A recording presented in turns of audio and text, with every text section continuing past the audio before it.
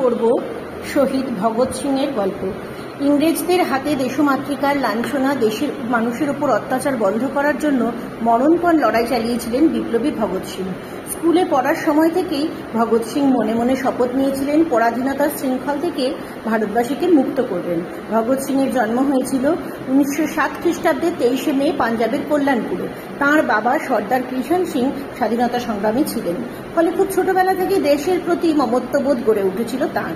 ইংরেজদের অমানবিক আচরণে তাকে ক্ষিপ্ত করে তুলেছিল। এই সময় ভগৎ সিং বাবার সঙ্গে এলেন কলকাতায়।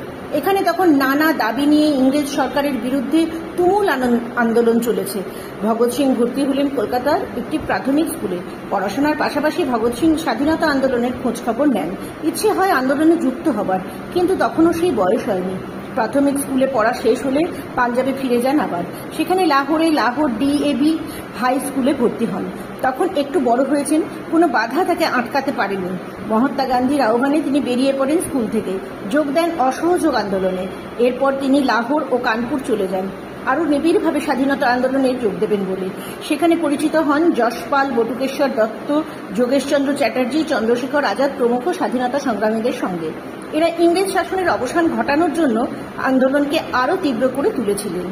অন্যদিকে ইংরেজ সরকারও স্বাধীনতা সংগ্রাম থেকে দেশবাসীকে সরিয়ে আনার জন্য বেশ কিছু কঠোর পদক্ষেপ তখন গ্রহণ করতে উদ্যত হন। 1928 খ্রিস্টাব্দে নিজেদের শাসন ব্যবস্থায় বিপ্লবী পরিবর্তন আনার জন্য বিলেত থেকে একটা দল ভারতে এলো। এই দলের নাম সাইমন। তার নাম অনুসারে দলটির নাম হলো সাইমন কমিশন। তারা ঠিক করেছিল ভারতের মানুষের বর্তমান অবস্থা ও আন্দোলনের গতি প্রকৃতি জেনে নতুন আইন তৈরি করে সুপারিশ করবে। সাইমন কমিশনের মধ্যে কোনো ভারতীয় নেতাকে যুক্ত না করায় এই কমিশন সম্পর্কে আন্দোলনরূপীদের বিরূপ ধারণা ছিল। আন্দোলনকারীরা ঠিক করেন এই কমিশনের সঙ্গে তারা কোনো যোগাযোগ রাখবেন না। এই দল যেভাবেই হোক ভারতীয়রা যেখানেই এই দল যাবে ভারতীয়রা সেখানে বিক্ষোভ দেখাবে। হলেও তাই। চতুর্দিকে সাইমন কমিশনের বিরুদ্ধে বিক্ষোভ ধ্বনিত হলো, গো ব্যাক সাইমন, সাইমন ফিরে যাও। এই বছরই সাইমন কমিশনের লোকেরা যখন পাঞ্জাবের লাহোরে এলো, তখন লালা লাজপত রায়ের নেতৃত্বে একটি বিশাল মিছিল থেকে কালো পতাকা দেখানো হলো। সবাই ধিক্কার জানালো কমিশনকে। ইংরেজরাও ক্ষেপে উঠল। তারা পুলিশকে নির্দেশ দিল লাঠি চালাতে। ইংরেজরা ক্ষেপে উঠল ভয়াবহভাবে। মার খেলেন মিছিলের লোকেরা, মার খেলেন লালা লাজপত রায়ও।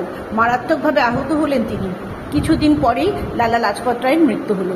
তাঁর মৃত্যুতে স্বাধীনতা সংগ্রামের প্রথম সারির নেতা তিনি ছিলেন। ইংরেজদের আঘাতে সারা দেশের মানুষ ক্ষোভে ফেটে পড়ল। বিপ্লবীরা ঠিক করলো যে পুলিশ সাহেবের হাতে লালা লাজপত রায় মার খেয়েছেন, সেই স্ট্যান্ডার্ড সাহেবকে আক্রমণ করে প্রতিশোধ নেওয়া হবে। হলেও তাই। ভগৎ সিং এর পরিকল্পনা মাফিক 1928 খ্রিস্টাব্দের 17 ডিসেম্বর জনবহুল রাজপথে ভগৎ সিং ও রাজগুরু গুলি করলেন স্ট্যান্ডার্ডসকে। এরপর তারা লাহোর ছেড়ে কলকাতায় চলে আসলেন। এখানে ভগৎ সিং বিপ্লবীদের সাথে যোগাযোগ করলেন। দক্ষিণ কলকাতার বিপ্লবী যতীন দাস তার সাথে দেখা করলেন। যতীন দাস বোমা বানাতে খুবই দক্ষ ছিলেন। তাকে অনুরোধ করেন বিপ্লবীদের বোমা তৈরির পদ্ধতি শিখিয়ে দেওয়ার জন্য। যতীন দাসও শিখিয়ে দেন ভগৎ সিংকে। 1929 খ্রিস্টাব্দে দিল্লির আইনসভায় 2টি আইন পাশ করার জন্য আইনসভায় ভোট শুরু হতে চলেছে। এমন সময় ভগৎ সিং, বটুকেশ্বর দত্ত বোমা নিক্ষেপ করলেন। তারা ইংরেজদের অন্যায় শাসন, অন্যায় আইন প্রতিবাদ করছেন। এই বোমা নিক্ষেপ করে ইংরেজরা তাদের যখন ধরতে আসেন, তারা নিজেরাই পুলিশের কাছে আত্মসমর্পণ করেন। ইংরেজরা বিপ্লবীদের বিচার শুরু করেন। আইনসভায় বোমা নিক্ষেপ, স্ট্যান্ডার্ড সাহেবের হত্যা এবং আরও অনেকগুলি অভিযোগ আনা হয় এদের বিরুদ্ধে।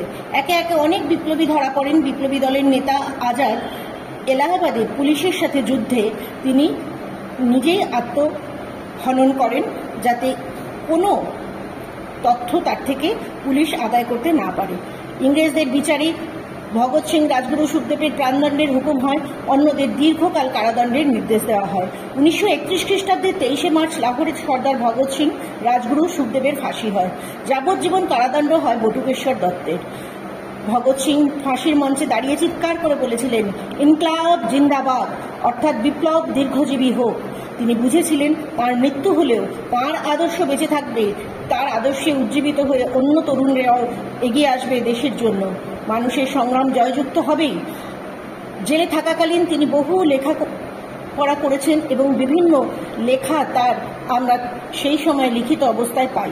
আমার শক্তি আমি পেয়েছি লাঞ্ছিত অবহেলিতদের কাছ থেকে, আমার সাহস আমি সঞ্চয় করেছি ইংরেজদের প্রতি প্রচণ্ড ঘৃণার থেকে। ভগৎ সিং জেলে বন্দি অবস্থায় এই কথা লিখেছিলেন। আমরা সর্বদা তাকে স্মরণ করব এবং বিনম্র চিত্তে তাকে আমরা শ্রদ্ধা জানাই।